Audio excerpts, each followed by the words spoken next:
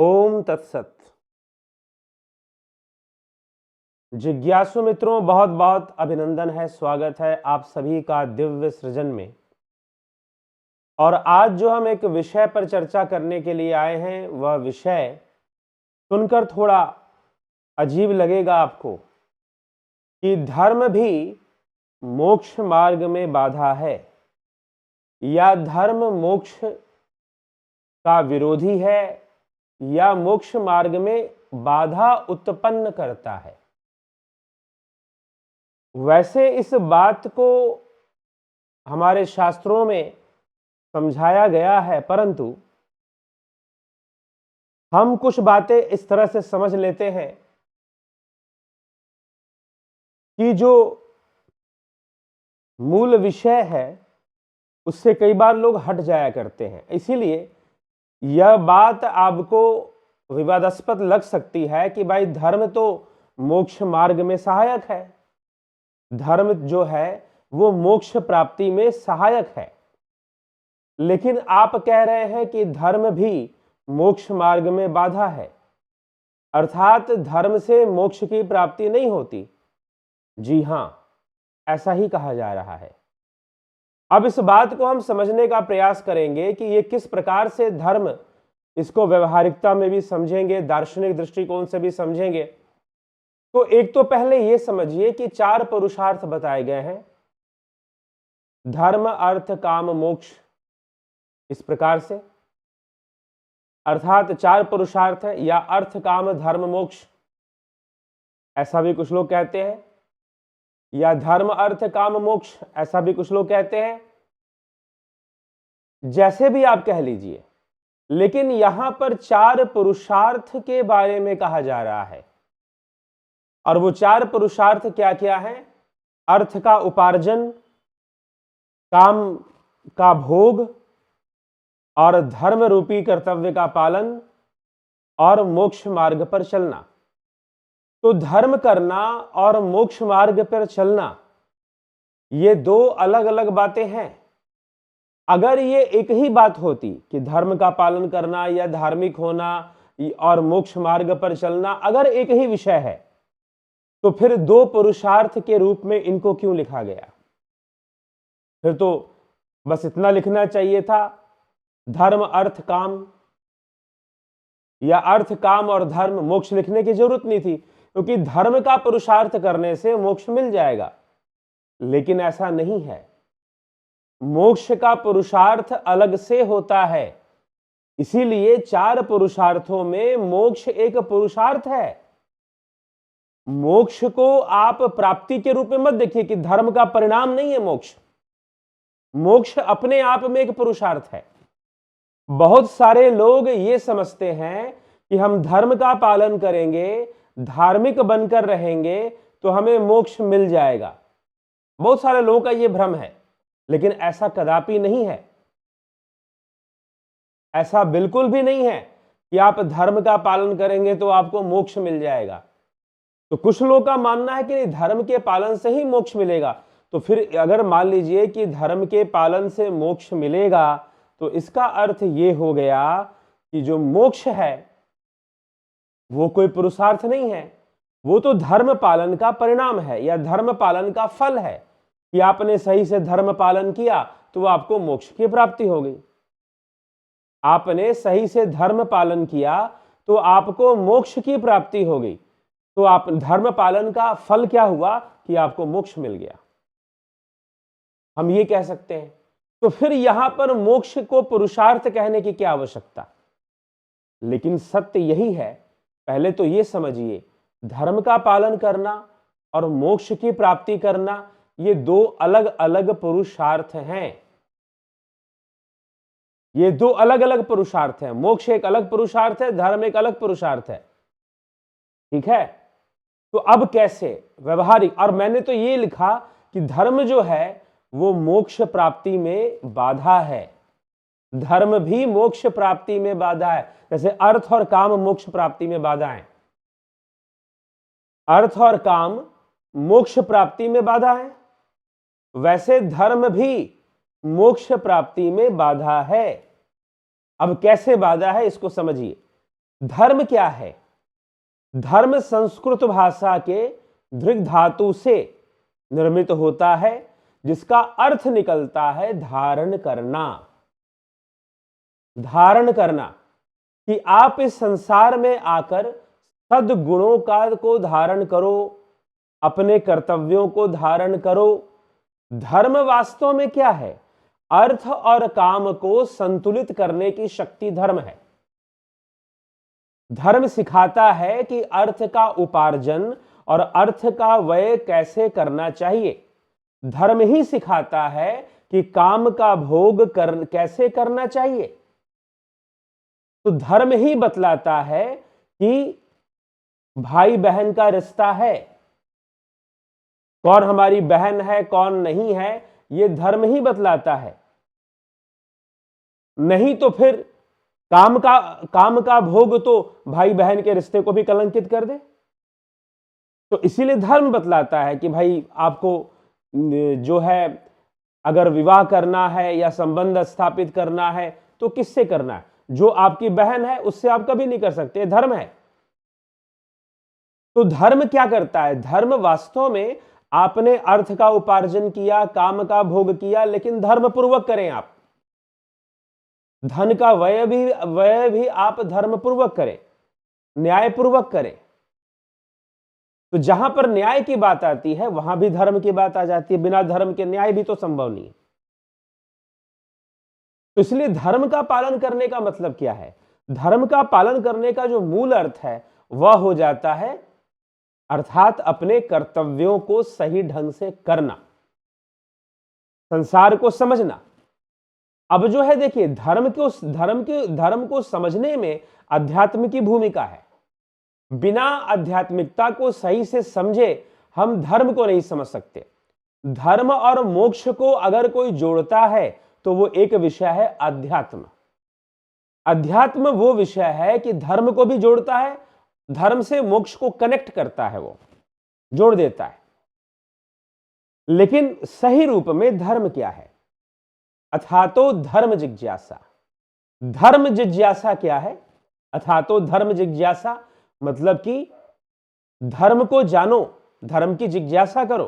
तो मीमांसा सूत्र धर्म जिज्ञासा की बात करते हैं, लेकिन मीमांसा सूत्र कर्म की प्रधानता की बात करते हैं और कर्म की सत्ता की बात करते हैं। वो किसी दैवीय सत्ता से ऊपर कर्म की सत्ता को मानते हैं।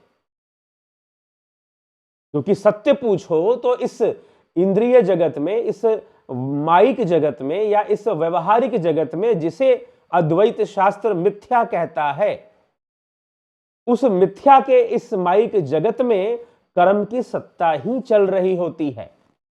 अर्थात मनुष्य अपने कर्मों का फल ही भोग रहा होता है। इसीलिए मीमांसा सूत्र आपको पंच कर्म कांड सिद्धांत देता है। कर्मकांड सिद्धांत में पंच कर्म आते हैं। अभी आयुर्वेद वाला पंचकर्म मत समझ लेना गलती से। कुछ लोग मुझे फोन करके पूछते हैं कि सर आप पंचकर्मा करवाते हैं क्या? मैंने कहा कि नहीं, पंचकर्मा तो नहीं करवाते, ये पंचकर्म समझाते हैं जो कि कर्मकांड सिद्धांत के अंतर्गत आता है। तो पंचकर्म क्या है? नित्य निमित्त काम्य निषिद्ध और प्रायश्चित। तो तुम कर्म ढंग से करना सीखो। इसलिए मीमांसा में कर्म की परिभाषा अलग हो जाती है। मीमांसा में कर्म की परिभाषा क्या है कि जो मनुष्य कॉन्शियस होकर विवेक से करता है वो कर्म है। बाकी तो प्रकृति के दबाव में पशु भी कर्म कर रहे हैं, तो उसको हम कर्म नहीं कह सकते। इसलिए मीमांसा सूत्रों के अनुसार स्नान करना कर्म है, लेकिन शौच करना कर्म नहीं है, या भोजन करना कर्म नहीं है। भोजन करना कर्म क्यों नहीं है? क्योंकि तो प्रकृति आपसे भोजन करने के लिए आपको विवश कर रही है। लेकिन भोजन के पूर्व ध्यान करना और भोजन को सचेत होकर ग्रहण करना, भोजन में अनासक्ति रखना, फिर वहां कर्म आ जाएगा। तो कर्म को सुचारू ढंग से करना कि मनुष्य अगर इस संसार में सुखपूर्वक रहना चाहता है, वैसे तो सुखपूर्वक रहने की बात तो चार्वाक भी करता है। चार्वाक भी कहता है कि भाई जब तक जियो सुख से जियो, यावत जीवेत सुखम जीवेत ऋण कृत्वा घृतम पिबेत। किसने देखा कि कौन कब किसको क्या होने वाला है? अर्थात तब शायद चार्वाक ने बायोलॉजी पर कम ध्यान दिया होगा कि ज्यादा दारू पियोगे तो लीवर भी खराब होता है, और लीवर खराब होगा तो आपको दुखी करेगा। तो मीमांसकों ने कहा कि भाई ऐसे नहीं होता है, अगर हमें अपने जीवन को संतुलित रखना है तो हमें संतुलित कर्म करना पड़ेगा। इसलिए दान, वास्तव में पूजा का जो मूल स्वरूप है दान, और दान ही धर्म है, दान ही धर्म है। इसलिए कहा गया है जहां दया है वही धर्म है, जहां दया है वही धर्म है, दया के बिना कोई धर्म नहीं होता। बात सही है। तो वास्तव में धर्म जो है वो आपको कर्तव्य पालना की शिक्षा देता है कि आप कर्तव्य कीजिए, आप कर्तव्य कीजिए, आप अपने कर्म अच्छे से कीजिए और अपने ड्यूटीज को कीजिए। दान करिए, आप दान के कर्म में आपको लगाया जाता है। इसलिए हमारे नित्य निमित्त कर्मों में दान की बहुत प्रधानता है। नित्य निमित्त कर्म क्या होते हैं? नित्य कर्म अर्थात जो हम नित्य ध्यान संध्या दान करते हैं, नित्य हमारे घर से थोड़ा दान निकलना चाहिए। पशु पक्षियों के लिए निकले, गरीबों के लिए निकले, जो जरूरतमंद है उनके लिए, या पशु पक्षियों के लिए तो अवश्य ही निकले। अब सनातन धर्म में पशु पक्षियों के लिए दान का बहुत ही महत्व है। ज्योतिष भी अगर आप विश्वास करते हैं या ज्योतिष समाधान ढूंढेंगे तो वहां पर भी आपको दान का बहुत ज्यादा महत्व दिखाई देगा कि भाई दान करवाया जाएगा आपसे, ठीक है। और कई बार दान पशु पक्षियों को करवाया जाएगा। पशु, शनि का दान हो गया, राहु का दान हो गया, पशु पक्षियों को। यह नहीं कहा जाता कि आप किसी ब्राह्मण को, किसी को ऐसे देकर आ जाइए, बल्कि पशु पक्षियों को दान कीजिए, गौ को दान कीजिए। तो इस प्रकार से बात कही जाती है। तो दान जो है वो धर्म का आधार है, बिना दान के धर्म नहीं हो सकता। तो अब जो एक बात कही गई, हाँ ठीक है, अब इसमें यह है कि अनासक्त भाव से सात्विक दान हो। भगवान श्री कृष्ण 3 प्रकार के दान की चर्चा करते हैं श्रीमद् भगवद गीता में। एक होता है सात्विक दान, एक होता है राजसी दान, और एक होता है तामसी दान। जहां पर दान को व्यापार बना दिया जाए या प्रदर्शन का उद्देश्य बना दिया जाए, राजनीति में ज्यादातर काम का प्रदर्शन होता है कि हमने नहीं भी किया तो नेताजी बोलेंगे ये कर दिया, वो कर दिया, ठीक है। तो वो हो जाता है तामसी, लेने की भावना, लोगों को ठगने की भावना, दान दिखाकर, झूठा मूठा दान दिखाकर, तामसी श्रेणी में चला गया। फिर राजसी, जहां पर यश प्राप्ति की भावना हो। फिर सात्विक, जिसमें कि अनासक्त भाव से दान किया गया हो, कहते हैं एक हाथ से दो तो दूसरे हाथ को पता न लगे, तो वो सात्विक दान कहलाएगा। और उसमें अनासक्ति होने के कारण वो जरूर मोक्ष में सहायक होगा, लेकिन मोक्ष का पुरुषार्थ इससे अलग है। मोक्ष का पुरुषार्थ, इसलिए मोक्ष को एक अलग पुरुषार्थ के रूप में आप ये विचार कीजिए ना, 4 पुरुषार्थ बताए गए, धर्म अर्थ काम मोक्ष। अब इस विषय पर किसी महानुभाव से एक विवाद हो गया। उन्होंने कहा कि नहीं, धर्म करने से ही मोक्ष मिल जाएगा, और फिर वो धर्म तो मोक्ष में बाधा है। कैसे बाधा है मैं बताता हूं। तो अब जो है, अगर सात्विक दान नहीं होता है तो फिर वो मोक्ष में बाधा बन जाता है। अब दूसरी बात कि अगर धर्म में ही आसक्ति हो गई, धर्म में आसक्ति का क्या मतलब है? ठाकुर रामकृष्ण परमहंस के जीवन की एक कथा आती है कि ठाकुर रामकृष्ण परमहंस जो थे वो लोगों को समझाया करते थे, अध्यात्म के बारे में, ज्ञान के बारे में बताया करते थे, समझाया करते थे। तो स्वामी विवेकानंद उस समय एक बहुत अच्छे पढ़े लिखे युवा थे, और वो वहां पर ठाकुर के पास पहुंचे। अपने समय में वो बहुत पढ़े लिखे थे स्वामी विवेकानंद, तो और वो बड़े बड़े लोगों से जुड़े हुए थे। केशव चंद्र सेन हो गए, रविंद्रनाथ टैगोर हो गए, रविंद्रनाथ टैगोर नहीं, उनके पिताजी जो थे वो टैगोर हो गए, शायद उनका नाम ब्रह्मदत्त टैगोर या कुछ ऐसे नाम था। केशव चंद्र सेन हो गए, ईश्वर चंद्र विद्यासागर हो गए। तो ईश्वर चंद्र विद्यासागर के विद्यालय में वो संस्कृत भाषा का बहुत प्रचार करते थे और दान बहुत करते थे, समाज सेवा, रोगियों की सेवा, दान करना, और इसी को वो धर्म मानते थे। और इसमें कोई संशय नहीं है कि यही धर्म है, यही धर्म है। तो ठाकुर रामकृष्ण परमहंस स्वामी विवेकानंद ने कहा कि आप जो है ईश्वरचंद्र विद्यासागर को भी अपना ज्ञान बताइए, क्योंकि वो मैं देखता हूं कि जितने भी लोग हैं, चाहे ब्रह्म समाज के लोग हो, चाहे जितने भी लोग हो, सबसे बड़े समाज सेवी इस समय वही है पश्चिम बंगाल में। बंगाल बोली क्योंकि तब पश्चिम बंगाल बना नहीं था, पश्चिम बंगाल तो आजादी के बाद बना है। बंगाल में, पूरे बंगाल में वो सबसे बड़े समाजसेवी हैं, ईश्वरचंद विद्यासागर। ऐसा जो है स्वामी विवेकानंद ने जाकर ठाकुर रामकृष्ण परमहंस को बोला। तो रामकृष्ण परमहंस ने बोला कि मैं तो किसी के पास मिलने जाता नहीं हूं, और कौन फेमस है कौन नहीं है मैं ये भी ज्यादा नहीं जानता हूं, मैं तो अपने मंदिर में रहता हूं और जो जिज्ञासु यहां आते हैं उनको समझाता हूं। तुम्हारी इच्छा है तो तुम मुझे ले चलो उनके पास। तो स्वामी विवेकानंद उनको ईश्वरचंद विद्यासागर के पास ले गए और उनको वहां पर ले जाकर उनसे बात करवाई, और ठाकुर ने कहा कि ठीक है, तुम दया करते हो, धर्म करते हो, पुण्य का काम कर रहे हो, अच्छा है, लेकिन तुम्हें इससे मुक्ति नहीं मिलने वाली, तुम्हें इससे मोक्ष नहीं मिलने वाला। बहुत समझाया ठाकुर ने, कहा कि मोक्ष की जरूरत है कि नहीं है, ऐसी भी बातें होनी शुरू हुई। तो उन्होंने दुख की बात की, दुख का कारण की बात की। दुख है तो दुख का कारण है, दुख का कारण क्यों है भाई, समझाना शुरू किया। अद्वैत सिद्धांत को भी समझाना शुरू किया कि जब तक तुम संसार में हो तुम चाहे कितनी भी दया कर लो। इसलिए स्वामी विवेकानंद एक बात कहते हैं कि अगर हम किसी पर दया करना चाहते हैं तो अगर कोई भूखा है तो उसे रोटी दो, उसे ज्ञान मत दो। उसे ज्ञान की इस समय आवश्यकता नहीं है, उसे रोटी दो। लेकिन अगर तुम ये चाहते हो कि वो दुखों के मूल को नष्ट कर दे और दुखों से, क्योंकि आपके एक बार रोटी दे देने से उसके एक टाइम का भूख मिटेगा, जीवन भर का भूख तो नहीं मिटेगा ना। और आप किसी भी व्यक्ति को जीवन भर बिठाकर खिलाओगे नहीं, किसी भी व्यक्ति को नहीं खिलाओगे, कितना दान करोगे आप, ठीक है, जब तक तुम्हारा शरीर है तभी तक तो दान करोगे, उसके बाद क्या करोगे, फिर जो भूखा रहेगा उसका तुम क्या कर लोगे।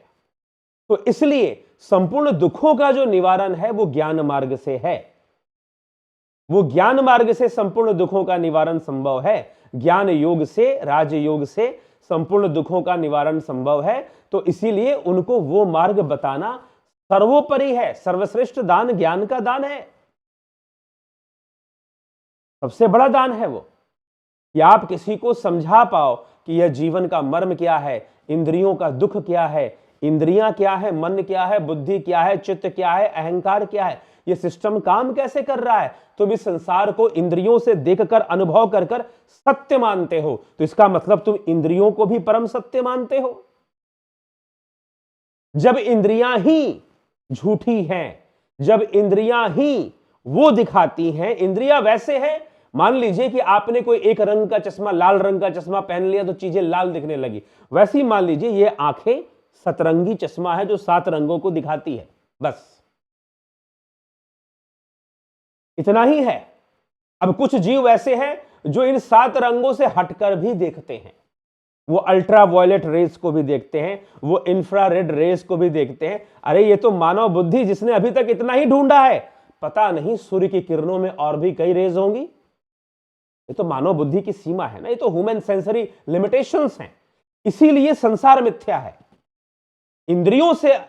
इंद्रियों और अंतःकरण, मन, बुद्धि, अहंकार से अनुभव गम्य होने वाला संसार सापेक्ष है, और सापेक्ष होने के कारण मिथ्या है। अर्थात यहां जो भी नॉलेज हो रहा है वो रिलेटिव नॉलेज है, कुछ भी रियल नहीं है। सापेक्ष ज्ञान आपको हो रहा है जिसको आप सत्य मान के चल रहे हैं। हां, सापेक्षता में वो सत्य है, सापेक्षता में वो सत्य है। अब जैसे हम कहते हैं कि ऊपर, हमने कहा ऊपर, तो हमारा ऊपर हमेशा सिर की ओर, लेकिन धरती तो घूम रही है। शाम को ऊपर बोलोगे ऐसे तो सुबह में ऊपर ऐसे हो जाएगा, क्योंकि आपका सिर भी ऐसे हो जाएगा फिर, क्योंकि धरती घूम गई। इतना कौन सोचता है, नहीं सोचता है। लेकिन दर्शन का यही विषय है। आप अपने आप को जब दार्शनिक कहते हैं तो दार्शनिक तभी आप बनते हैं जब आप पीछे के सत्य को देख लें। ऊपर ऊपर से जो दिखाई दे रहा है उसको देखना दर्शन नहीं है, बल्कि उसके पीछे जो सत्य छुपा हुआ है उसको देख लेना दर्शन है। तो दार्शनिक दृष्टि तब आएगी। तो इसीलिए धर्म मोक्ष मार्ग में बाधा है। तो ठाकुर ने जब समझाया ईश्वरचंद विद्यासागर को, तो ईश्वरचंद विद्यासागर कुछ नहीं समझे। वो बस अब उनकी आसक्ति है, किसमें आसक्ति है, दया में आसक्ति है। तो ठाकुर ने एक व्यंग किया। आप रामकृष्ण वचनामृत पढ़ेंगे तो उसमें यह प्रसंग आएगा। मैंने बहुत पहले पढ़ा था, जब मेरी आध्यात्मिक जिज्ञासा बहुत बड़ी थी, लगभग तब मेरी उम्र भी 22 साल की रही होगी, तब मैंने उस ग्रंथ को काफी पढ़ा था। तो उसमें कुछ चीजें मुझे याद हैं अभी भी। तो ठाकुर ने कहा कि माया तो खतरनाक होती ही होती है, यह दया भी बड़ी खतरनाक होती है। क्यों? क्योंकि व्यक्ति के मन में एक अहंकार आ जाता है कि हम किसी पर दया कर रहे हैं, हम बड़ा धर्म का काम कर रहे हैं, हम बड़ा धर्म का काम कर रहे हैं। ठीक है, तो हम जो बड़ा धर्म का काम कर रहे हैं, ये जो भावना आ गई, ये जो अहम भाव आ गया, ये जो आसक्ति आ गई, ये भी बाधा बन जाती है। और यही आसक्ति आ गई थी राजा जड़ भरत में। राजा जड़ भरत तपस्या करने गए थे, अपने आप को शून्य करने गए कि मैं अब साधना करूंगा, साधना में अपने आप को शून्य कर दूंगा, मोक्ष की प्राप्ति हो जाएगी, ब्रह्मलीन हो जाऊंगा। लेकिन क्या हुआ, साधना में अपना करे, वन में थे, साधना करने में लगे हुए थे, तभी एक चीख सुनाई दी। तो एक शावक, एक हिरन जो है, वो शेर से बचने के लिए वो एक बहुत बड़े नदी को पार करता है, लेकिन वो जो मृगी थी वो गर्भवती थी, और उसी के गर्भ से एक शावक का जन्म हो जाता है, एक शिशु मृग का जन्म हो जाता है। और जब वो देखते हैं कि उसकी मां तुरंत उसी समय मर जाती है पीड़ा से, और वो बच्चा बचता है, देखते हैं कि भाई ये बच्चा है, मुझे इसकी सहायता करनी चाहिए, वो उसकी सहायता करते हैं, उसका पालन पोषण करते हैं, उसे बड़ा करते हैं। लेकिन अब वो इधर उधर चला जाए तो मन में डर की फिर आसक्ति, फिर मन में भय, मन में फिर से भय आ गया कि भाई अब ये कोई शेर इसे मार ना दे, इसे कोई हानि ना पहुंचा दे। अब जहां भी वो जाता मन में डर बना रहता, मन में भावना बनी रहती, तो अब मोक्ष कहां से होगा? क्योंकि उसके लिए तो आपको शून्य होना था, भावातीत अवस्था में जाना था। तो ये जो धर्म के प्रति आसक्ति हो जाती है कि हम बहुत धर्म करेंगे, हाँ दया करो, दान करो, लेकिन उस दान और उस दया में भी आसक्ति मत रखो। ये मत सोचो कि तुम दान नहीं करोगे तो किसी का पेट कैसे भरेगा। तुम दान करो, तुम्हारे सामने जो परिस्थितियां आती हैं तुम अवश्य करो। जब तक तुम कर्म के बंधन में हो तब तक दान तो करना ही चाहिए, नहीं तो तुम्हारे कर्म बिगड़ेंगे तो फिर, और कर्म प्रकृति के अनुसार मनुष्य स्वार्थ के वशीभूत भी बहुत कुछ करता रहता है, तो इसीलिए उसको दान की प्रवृत्ति दी गई। इसलिए ये कर्मकांड सिद्धांत बताया गया कि भाई ये कर्म करना जरूरी है। लेकिन कर्म में आसक्ति, दान में आसक्ति, दया में आसक्ति, तो ठाकुर रामकृष्ण परमहंस ने यही कहा कि मैंने सुना था कि माया बड़ी खतरनाक होती है, लेकिन ये दया भी बड़ी खतरनाक होती है, क्योंकि ईश्वरचंद्र विद्यासागर को इस दया ने मोक्ष मार्ग पर चलने की इच्छा ही नहीं पैदा हो रही है। इस संसार के माया जाल को छोड़ने की इच्छा ही नहीं है। अब ये माया जाल क्यों है? इसीलिए माया जाल है, इसीलिए मिथ्या है। मिथ्या क्यों है? क्योंकि संपूर्ण जो सीमा है वो इंद्रियों के द्वारा सीमित कर दी जाती है। ठीक है, इंद्रियों के द्वारा सीमित कर दी जाती है। इंद्रियों की सीमा में आपको बहुत कुछ देखना है, बहुत कुछ झेलना है, और आप बहुत कुछ झेल रहे हैं, बहुत कुछ देख रहे हैं।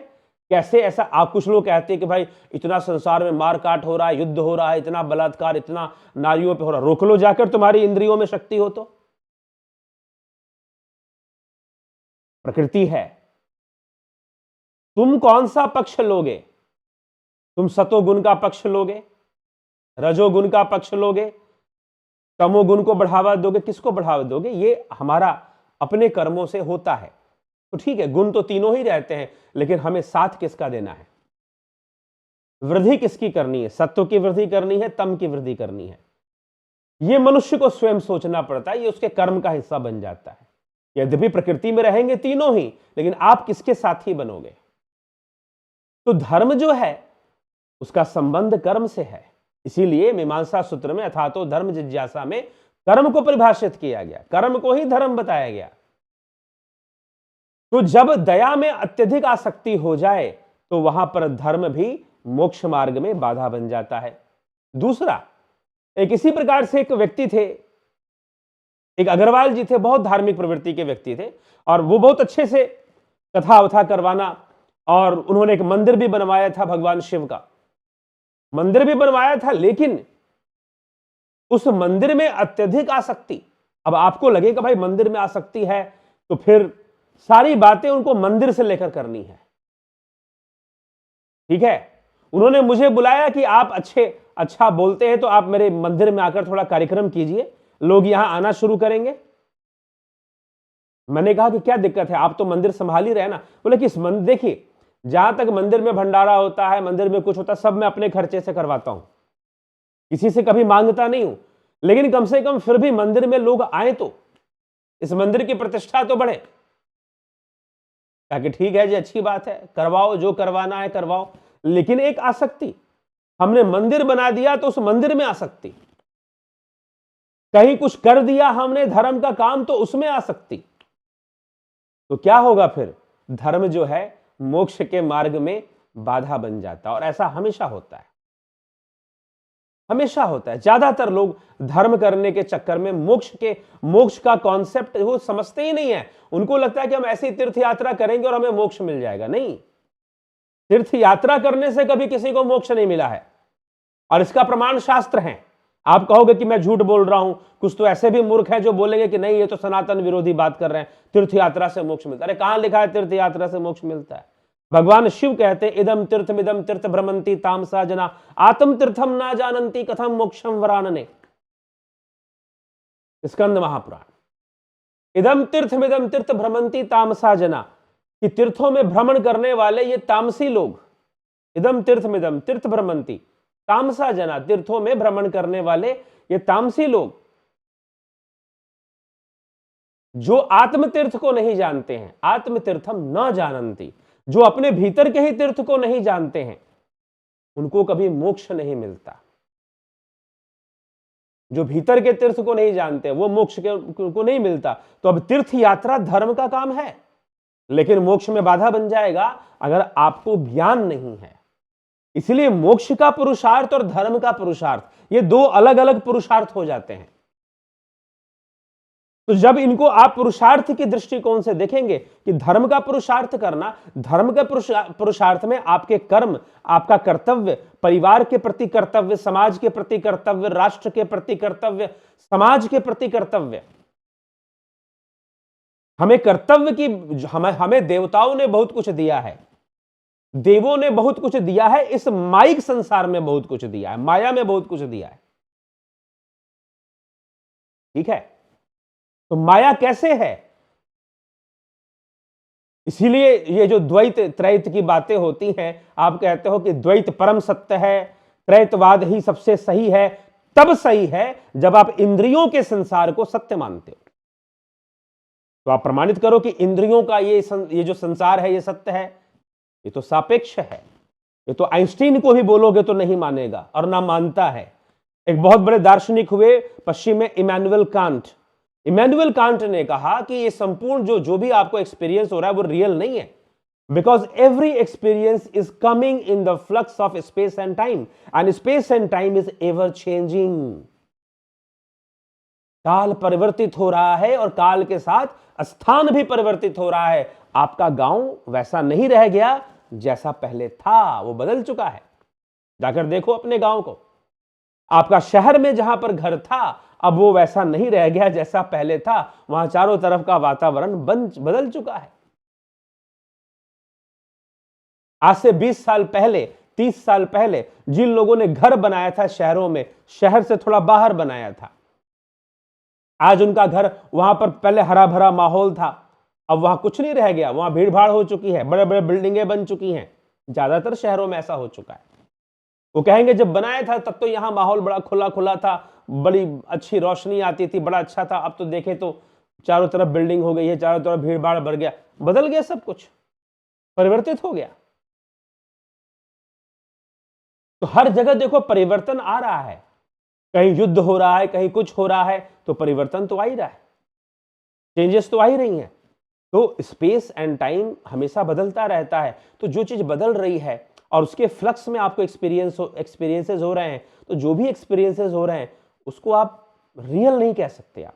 चलो, वो स्पेस टाइम का एक अलग कॉन्सेप्ट है। यहां पर सेंसरी बायसनेस की बात है कि हम जो भी एक्सपीरियंस कर रहे हैं वो सेंसरी है, और सेंसरी एक्सपीरियंस जो है वो सेंसरी लिमिटेशन पे डिपेंड करती है, सेंसरी लिमिटेशन पे डिपेंड करती है। ठीक है, हमें कोई चीज त्वचा में चुभ रही है तो हमारी त्वचा बता रही है कि ये चीज चुभने वाली है। कोई नरम है, कोई कठोर है, तो ये इंद्रियां बता रही हैं।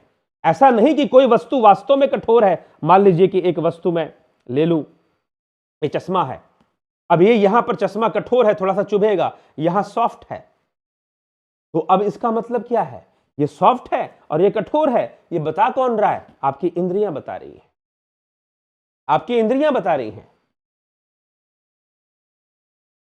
ठीक है, अब हमारी जिह्वा स्वाद लेती है, एलोपैथी के अनुसार बस 4 स्वाद लेती है, आयुर्वेद के अनुसार 6 रस होते हैं, जिह्वा लेती है। भोजन स्वादिष्ट नहीं होता, जिह्वा बताती है कि स्वादिष्ट है कि नहीं है। अब जिह्वा ने जो बताया उसके अनुसार आपने खाना बनाया। ठीक है, आपको लौंग का स्वाद अच्छा लगा, तेज पत्ते का स्वाद अच्छा लगा, तो आपने भोजन में डालना शुरू किया, भाई इसको डालो स्वाद आएगा। लेकिन स्वाद को प्रकट कौन करता है, जिह्वा करती है। भोजन स्वादहीन वस्तु है। ठीक है, तो सारा स्वाद तो जिह्वा में है, और जिह्वा खराब हो जाए तो, जिह्वा अगर खराब हो जाए तो कितना भी स्वादिष्ट भोजन बना लो, स्वाद आ जाएगा। अब बताओ मिथ्या है कि नहीं।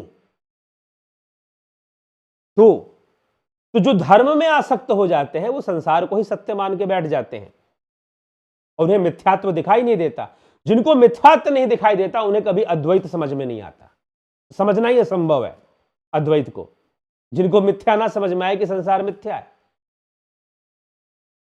तो इसीलिए संसार का मिथ्यात्व है और धर्म इंद्रियों का ही विषय है। हम दान कहां पर कर रहे हैं, जो पेट से भूखा है, पेट से भूखे का होने का अनुभव कौन करवा रहा है, इंद्रियां ही तो करवा रही हैं।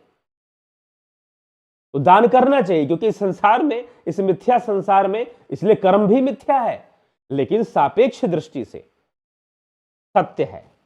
व्यवहारिक सत्य उसे हम कह सकते हैं, इंद्रियों का सत्य हम कह सकते हैं, इंद्रिय जगत का हम सत्य उसे कह सकते हैं। जैसे कि आप गाड़ी चला रहे हो,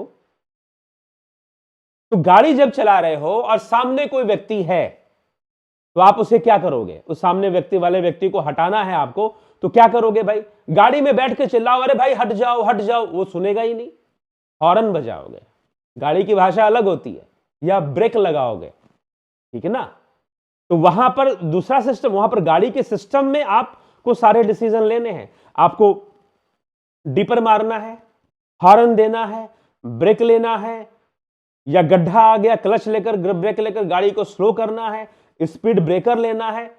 वहां पर गाड़ी की भाषा काम कर रही है, वहां पर गाड़ी की अपनी इंद्रियां हैं, उसमें सारा इंटरेक्शन होने वाला है। ठीक है, किसी गाड़ी का ब्रेक फेल है तो बेचारा वो गाड़ी बहुत अनकंट्रोल्ड है, वो गाड़ी जो है मान के चलो गरीब है। किसी गाड़ी में पेट्रोल नहीं है तो गाड़ी गरीब हो गया। जैसे आदमी के पास पैसा नहीं है तो गरीब हो जाता है, तो गाड़ी के पास पेट्रोल ना हो तो गाड़ी गरीब हो जाएगा। भाई पेट्रोल ही नहीं उसके पास तो क्या फायदा, वो चल ही नहीं सकता है फिर। तो जब आप गाड़ी चलाते हो तो आपको गाड़ी के सिस्टम के अकॉर्डिंग, इसलिए एक ट्रैफिक बिहेवियर होता है, आपको पता है ट्रैफिक बिहेवियर। इसीलिए सरकार जो है ड्राइविंग लाइसेंस इश्यू करती है कि भाई उसको ट्रैफिक बिहेवियर पता है कि नहीं। जब हम रोड पे चलते हैं, जो लोग ड्राइविंग करते हैं उनको अच्छे से पता होगा कि एक ट्रैफिक बिहेवियर होता है। और ट्रैफिक बिहेवियर क्या होता है कि आप गाड़ी चलाते समय दूसरे गाड़ी वालों के साथ या रोड पर चलने वाले लोगों के साथ गाड़ी के अंदर से कैसा बिहेव करते हैं, कैसा व्यवहार करते हैं। ठीक है, जब आप सामने से, आपके लेन में अगर सामने से कोई दूसरी गाड़ी आती है तो आप डीपर देते हैं। क्यों डीपर देते हैं, ताकि वो चौकन्ना हो जाए कि भाई हाँ लाइट आ रही है सामने से, इसका मतलब मेरे सामने में एक गाड़ी है, वो उसका कंसंट्रेशन आप ले आते। भाई इधर उधर देख रहा होगा तो देखेगा कि हाँ गाड़ी आ रही है सामने से, तो ब्रेक लेगा। वो चिल्लाएगा नहीं कि हाँ भाई ठीक है, वो बोलने की आवाज नहीं सुनाई देगी। आजकल तो सारी एसी गाड़ियां वैसी गर्म बंद रहती हैं। तो ट्रैफिक बिहेवियर होता है, उसमें ड्राइवर आपस में बात नहीं करते, गाड़ियां आपस में बात करती हैं, हॉर्न देकर, डीपर देकर, इशारे देकर, थोड़ा सा ऐसे कर हमें मैं थोड़ा सा ऐसे हो गया तुम निकल जाओ। मान लो कंजेस्टेड सा रास्ता है, दो ड्राइवर आपस में जा रहे हैं, वो कभी आपस में बात नहीं करेंगे, बल्कि वो इधर से थोड़ा साइड लेंगे, वो इधर से साइड लेंगे, हल्का सा इंडिकेटर देगा, जाओ भाई निकलो। This is the language of vehicles. ये जो शरीर है ना, ये भी वही है। इस शरीर में जो सिस्टम बना है उसके अकॉर्डिंग आप व्यवहार करते हो। गाड़ी में जो सिस्टम बनाया है हमने, उसके अकॉर्डिंग ड्राइवर को बिहेव करना पड़ता है। तो इस शरीर में जो सिस्टम बनता है उसको हम व्यवहारिक जगत कहते हैं, उसे व्यवहारिक सत्ता कहा आदि गुरु शंकराचार्य ने। मिथ्या है। मिथ्या क्यों है? क्योंकि ये तो एक कंडीशन में है, और जो चीज कंडीशनल है, जो चीज रिलेशनल है, रिलेटिविटी में आ रहा है, वो रियल नहीं होता। उसे आप रियल होने की रियल नहीं कह सकते। रियल मतलब जो रिलेटिवली रियल, रिलेटिवली रियल कह सकते हैं, नॉट अल्टीमेटली रियल। तो अल्टीमेटली जो रियल है वो मोक्ष का साधन है। मोक्ष प्राप्ति मतलब परम सत्य तक पहुंचना। और धर्म मतलब इस संसार में कर्तव्यों की पालना करना, दान करना, दया करना। और धर्म करते करते अगर धर्म में आसक्ति हो गई, दया में आसक्ति हो गई, दान में आसक्ति हो गई, हमने कोई मूर्ति स्थापित कर दी उसमें आसक्ति हो गई, हमने कोई मंदिर स्थापित कर दी उसमें आसक्ति हो गई, फिर तो वही बात होगी ना भाई, अपना बनाया हुआ तो किसी को भी अपना कोई घर बनाए तो उसमें भी आसक्ति हो जाए। अपनी गाड़ी को ज्यादा दिखाई देता है, दूसरों की गाड़ी की स्क्रैच हमको दिखते नहीं, अपने गाड़ी के दिखते हैं। तो आपने अगर धन खर्चा कर कर कुछ किया तो उसमें आपकी आसक्ति हो जाती है। ठीक है, तो वहां पर अगर वो धर्म के नाम पर भी अगर वैसा कुछ हो रहा है, धर्म के नाम पर भी अगर आसक्ति हो रही है आपको, तो फिर वो मोक्ष मार्ग में निश्चित रूप से बाधा है। वह मोक्ष मार्ग में निश्चित रूप से बाधा है। तो यहां पर धर्म भी मोक्ष मार्ग में बाधा हो जाता है। तीर्थ यात्रा करो लेकिन सात्विक बन के करो। सात्विक बनने का मतलब ज्ञानी बनकर करो, क्योंकि जो सत्व गुण है वो ज्ञान का कारक है, रजोगुण कर्म का कारक है, तमोगुण आसक्ति का कारक है। ठीक है, तो धर्म भी बाधा बन जाएगा। इसलिए ये दो पुरुषार्थ हैं। पुरुषार्थ है धर्म करना, जहां दया किया, जहां दान किया। हां, अब धर्म सहायक बन सकता है मोक्ष मार्ग में यदि सात्विक धर्म का पालन हो। मतलब कि धर्म पालना में, दान में, जब हम दान करते हैं, दया करते हैं, तो उसमें सात्विकता हो। सात्विकता कहने का मतलब कोई आसक्ति ही ना हो। आपने जो दान दिया, जो दया किया, वो आपने दिया कि ताकि भाई हाँ, सत्य के मार्ग पर आगे हम बढ़ेंगे, चीजें सही होनी चाहिए। अनासक्त भाव से आपने दान किया तो फिर निश्चय ही आपको उसका पूर्ण फल प्राप्त होता है और मोक्ष मार्ग में आप आगे बढ़ते हैं। तो मोक्ष का संधान करना और धर्म करना, ये दो अलग अलग विषय बन जाते हैं। तो इस तरह से धर्म भी मोक्ष के मार्ग में बाधा बन जाता है। अब जैसे साधना करना, ध्यान करने से एक तो हमारे बाहर के इंद्रियों के संस्कार हैं। महर्षि पतंजलि ऋतंभरा प्रज्ञा की बात करते हैं। वो कहते हैं कि चलो, एक तो संस्कार इंद्रियों के, बाहरी इंद्रियों के संस्कार हैं, वो तो है ही, उनको हमने कम कर लिया। अब हमने साधना की, योग किया, तो उससे भी एक संस्कार बनता है जिसको महर्षि पतंजलि ने कहा ऋतंभरा प्रज्ञा। ऋतंभरा प्रज्ञा, वो कहते हैं कैवल्य प्राप्ति में यह ऋतंभरा प्रज्ञा भी बाधक है। ध्यान करने से जो सिद्धियां आ गई, ध्यान करने से जो ज्ञान आ गया, ध्यान करने से जो एक आनंद की अनुभूति हो गई, अब उसमें आसक्ति जब हो जाती है योगी को, तो वह भी मोक्ष में बाधक बन जाती है। वैसे तो हमें आगे बढ़कर पहले इन्हीं सब चीजों को प्राप्त करना चाहिए, लेकिन अनासक्त हो रहना चाहिए उसमें भी। कोई अब ध्यान आजकल कुछ ऐसे मिलते हैं, वो एस्ट्रल ट्रेवल की बात करते हैं, इस लोक में चला गया, उस लोक में चले गए। अरे क्या चले गए? तुम जिस भी लोक में गए सब मिथ्या है, और वह जो है बाधा ही उत्पन्न करता है। तो इसीलिए मोक्ष मार्ग में बाधा ही उत्पन्न करता है। धर्म भी मोक्ष मार्ग में बाधा उत्पन्न करता है। वो इस तरह से है। हाँ, अगर सात्विक दान हो, सात्विक पुण्य हो, सात्विक दया हो, उसमें कोई आसक्ति ना रहे। अगर दया करने वाला ये सोचने लगे कि मैं दया ना करूं तो भाई अगला खाएगा कैसे, तो ये तो उसका एक अहंकार भी हो गया और आसक्ति भी हो गई। कोई मंदिर बना दिया, अब उस मंदिर में ही उसकी आसक्ति हो गई कि भाई मैंने मंदिर बनाया है तो हम तो वहीं जाके पूजा करेंगे, उसी का हम सेवा करेंगे, और उसको बड़ा धर्म मान लिया हमने। तो यह भी बहुत भारी आसक्ति बन जाती है फिर, और फिर मोक्ष मार्ग में बाधा बन जाती है। इसलिए तो भगवान को इतना, कुछ लोग कहेंगे ये तो बड़ा कड़वा शब्द, भगवान कड़वा नहीं बोला, परम सत्य। अब सत्संग कथा करने वाले इसकी चर्चा ही नहीं करेंगे। इदम तीर्थ विदम तीर्थ भ्रमंती तामसा जन आत्म तीर्थम ना जानंती कथम मोक्षम वरानने। इसका अर्थ ये नहीं कि भगवान शिव तीर्थ यात्रा के लिए मना कर रहे हैं। जो बिना आत्म तीर्थ को जाने, बिना आत्म तीर्थ को जाने तामसी भावना से तीर्थ यात्रा करते हैं, ज्ञान नहीं है तो सात्विकता तो है नहीं, ज्ञान नहीं है तो सात्विकता नहीं है, क्योंकि सतोगुण ज्ञान का कारक है। और जब सात्विकता नहीं है ज्ञान ना होने के कारण, तो फिर क्या होगा? फिर तामसी भावना होगी या राजसी भावना होगी, और उस भावना को लेकर तीर्थ करते हैं, कोई लाभ नहीं मिलने वाला। मोक्ष तो बिल्कुल नहीं, उन्हें मोक्ष तो बिल्कुल नहीं मिलेगा। तो बिना आत्मतीर्थ को जाने, आत्मतीर्थम न जानंती कथम मोक्षम वरानने, उसे भला कहां से मोक्ष मिल जाएगा? ठीक है, तो ये चीज होती है। तो इसीलिए हमें जो है इस तथ्य को समझना है, और समझकर चलना है, तो समझ में आएगा कि धर्म भी मोक्ष मार्ग में कैसे बाधा होती है। चलिए, तो इसी के साथ मैं यहां पर विराम देता हूं आज के विचार को।